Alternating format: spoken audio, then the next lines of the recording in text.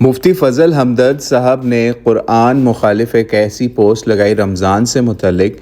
کہتے ہیں کہ رمضان میں شیاطین قید کر دیے جاتے ہیں یا شیطان قید کر دیے جاتے ہیں۔ یہ روایت حضرت ابو ہریرہ سے مروی ہے، صحیح بخاری، مسلم اور دیگر کتب میں موجود ہے، لیکن اس کا مفہوم قرآن مجید سے موافق نہیں ہے۔ قرآن مجید میں ہے کہ شیطان کو قیامت تک مہلت دی گئی ہے، لہٰذا یہ روایت قرآن سے مطابق نہ ہونے کی وجہ سے موضوع ہے۔ یعنی آج سمجھ لیجئے آج کی ڈیٹ کے اندر ایسے لوگ پیدا ہو گئے ہیں جو قرآن پاک کے اوپر ایسا جھوٹ بھی بول دیتے ہیں اور محدثین کے اوپر بھی۔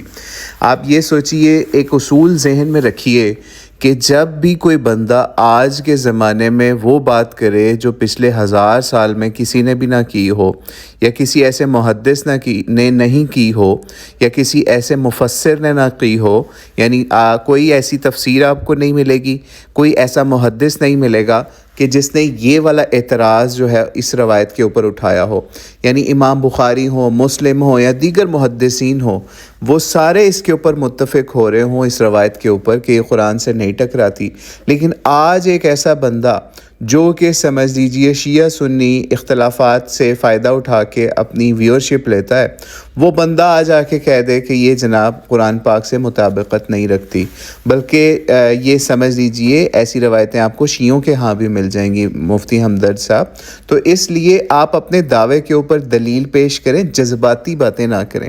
اور یہ چیز ہماری آج کی جنریشن کو یا ینگسٹرز کو بھی سمجھنے کی ضرورت ہے کہ جب بھی کوئی بھی کرنٹ سینیریو کے اندر کوئی بندہ اپنی بات پیش کرے تو اس کے پاس کچھ نہ کچھ بیکنگ ہونی چاہیے۔ اور یہ صرف دین کے معاملے میں نہیں ہے، دنیا کے معاملے میں یا دنیاوی تعلیم کے معاملے میں بھی ہم نے یہی چیز دیکھی ہے۔ فار ایگزامپل، آپ دنیاوی لحاظ سے بھی کسی بھی فیلڈ کے اندر ریسرچ کرتے ہیں نا، تو اس ریسرچ کی کوئی بیک گراؤنڈ، کوئی ہسٹری ہوتی ہے، وہ بھی آپ کو اپنے تھیسس کے اندر یا اپنے ریسرچ کے اندر یا اپنے پیپر کے اندر پریزنٹ کرنی پڑتی ہے کہ آئی ایم ناٹ نیو، اس سے پہلے بھی بہت دنیا نے اس موضوع کے اوپر لکھا ہے، اور اس کی آپ جو ہے وہ سائنوپسس یا پھر آپ اس کا کوئی تھوڑا سا کرکس یا پھر اس کا ریویو پیش کرتے ہیں کہ آئی ایم ناٹ نیو، میرے سے پہلے بھی اس فیلڈ کے اندر یہ باتیں لوگ کہہ چکے ہیں۔ تو پھر دنیا کے سامنے ایک پورا آپ کا پیپر آتا ہے اور دنیا کہتی ہے کہ واقعی یہ بندہ نیا نہیں ہے، اس نے پرانی ریسرچ جو ہے یا پرانے ریویوز جو ہیں اس چیز کے اوپر اٹھا کے پھر اس سے اپنی کنٹینیو کیا ہے اور ایک نئے اینگل کے اندر اس چیز کو موڑا ہے۔ تو مفتی فضل ہمدرد صاحب، اب ہماری آپ سے ڈیمانڈ ہے کہ آپ ایسی چیز پیش کریں۔ باقی اس کے اوپر سمجھ لیجئے مولانا اسحاق صاحب کی ایک ویڈیو ہم آپ کے سامنے پہلے چلاتے ہیں، پھر اس کے بعد آپ کو کچھ لوگوں کے کمنٹس بھی دکھاتے ہیں، لوگوں نے کیا کیا کمنٹس کیے۔ ابھی آپ کے سامنے بھی 1-2 کمنٹس آ رہے ہیں، لیکن کچھ اور تحقیقی کمنٹس بھی 1-2 آپ کے سامنے پڑھ کے ختم کریں گے ویڈیو۔ پہلے مولانا صاحب کی ویڈیو دیکھیے ذرا۔ سارے گناہ شیطان کی وجہ سے نہیں میری بہن ہوتے، خود انسان کے اندر جو ہے نا بہت بڑا شیطان جس کو نفس کہتے ہیں، ہماری خواہشات، وہ ابلیس اگر جکر بھی دیا جائے یا اس کے چیلے تو یہ تو اپنا کام کرتا رہتا ہے، یہ اپنے اندر سے زور کرتا رہتا، برے ارادے پیدا ہوتے رہتے۔ باقی رسول کریم علیہ السلام نے سارے شیطانوں کا نہیں کہا، حدیث پاک میں آتا مرادت الشیاطین، جو ان کے گرو گھنٹال بڑے بڑے لیڈر وہ پکڑے جاتے، چھوٹے موٹے اپنا کام کرتے رہتے۔ جی، تو مولانا اسحاق صاحب نے بھی وہی بات کی جو ہم لوگوں کو سمجھانے کی کوشش کر رہے ہیں، اور مفتی فضل ہمدرد صاحب کو بھی۔ بہرحال مفتی صاحب، آپ کو اب دعوے کے اوپر دلیل پیش کرنی ہے کہ آپ کے ساتھ 1400 سال میں کون سا ایسا عالم دین کھڑا ہے جس کو ہمارے صحابہ کے دور میں، اہل بیت کے دور میں، یا پھر سمجھ لیجئے اس کے بعد تابعین، تبع تابعین نے اس کو انڈورس کر کے دکھایا ہے، جو آپ کی رائے بن رہی ہے اس روایت کے اوپر۔ اب آگے ایک بندے نے بڑا اچھا کمنٹ کیا، وہ بھی دیکھ لیجئے۔ کہتے ہیں سند کے اعتبار سے یہ روایت قطعی صحیح ہے، موضوع کہنا باطل ہے۔ دوسری بات، قرآن اور حدیث میں کوئی تعارض نہیں۔ قرآن میں قال رب فانظرنی الی یوم یبعثون کے الفاظ جو ہیں، اس نے کہا کہ مجھے قیامت تک مہلت دی جائے۔ اہم نقطہ کہتے ہیں یہ آیت وجود شیطان کے بارے میں ہے، جبکہ حدیث شیطان کے اثر و تصرف کے بارے میں اور وجود اور اختیار آزادی میں فرق ہے۔ تیسری بات، شیطان قید کا صحیح مفہوم علماء نے واضح کیا کہ تمام شیاطین قید نہیں ہوتے، حدیث میں صرف اور صرف سرکش شیاطین کی بات ہو رہی ہے، یعنی جو بات مولانا اسحاق نے بھی یہی بات کہی تھی کہ بڑے شیطان یا ان کے جو سردار ان کو صرف قید کیا جاتا ہے، یا بڑے عام وسوسہ ڈالنے والے شیاطین باقی رہتے ہیں۔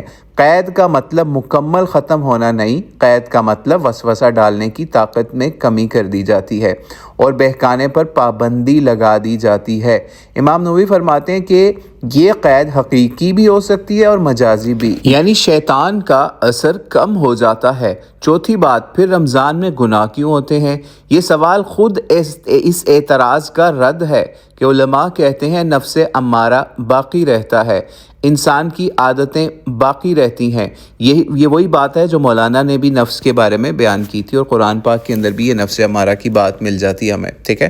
آگے کہتے ہیں نفس امارہ باقی رہتا ہے، انسان کی عادتیں باقی رہتی ہیں، ان سے شیطان یعنی کہ جو شیاطین ہیں، انسی شیطان یا برے انسان موجود رہتے ہیں، لہٰذا گناہ کا ہونا اس حدیث کے خلاف نہیں۔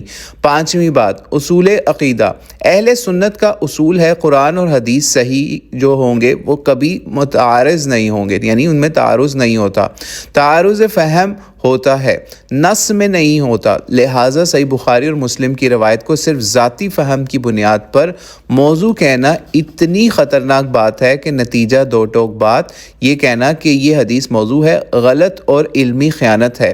درست بات یہ ہے کہ شیطان کو قیامت تک مہلت ہے، رمضان میں اس کے اثرات محدود کر دیے جاتے ہیں۔ نوٹ، مولانا علمی اعتبار سے مضبوط رہیں، صرف کھٹملوں کے ساتھ ملنے پر آپ کا کچھ نہیں ہوگا، ہاں البتہ نوکری چھوکری کا جگاڑ ہو جائے گا بس۔ یہاں ایک اور چیز سمجھ لیجئے کہ جو شیطان نے مہلت مانگی تھی نا، اس کو کوئی ایبسولوٹ مہلت نہیں ملی تھی۔ اگر ملی تھی ایبسولوٹ مہلت سیاہ سفید کی تو سمجھ لیجئے آپ کے سامنے ہے کہ غزوہ بدر کے ساتھ اندر اس کے ساتھ کیا ہوا، ٹھیک ہے، شیطان کے ساتھ، لیکن غزوہ احد کے اندر جو ہے اس کا جادو کافی حد تک چلا بھی، تو اس لیے ایبسولوٹ مہلت والا معاملہ اس میں اس طریقے سے نہیں ہے جس طرح سے اکثر لوگ اس کے اوپر آ جاتے ہیں۔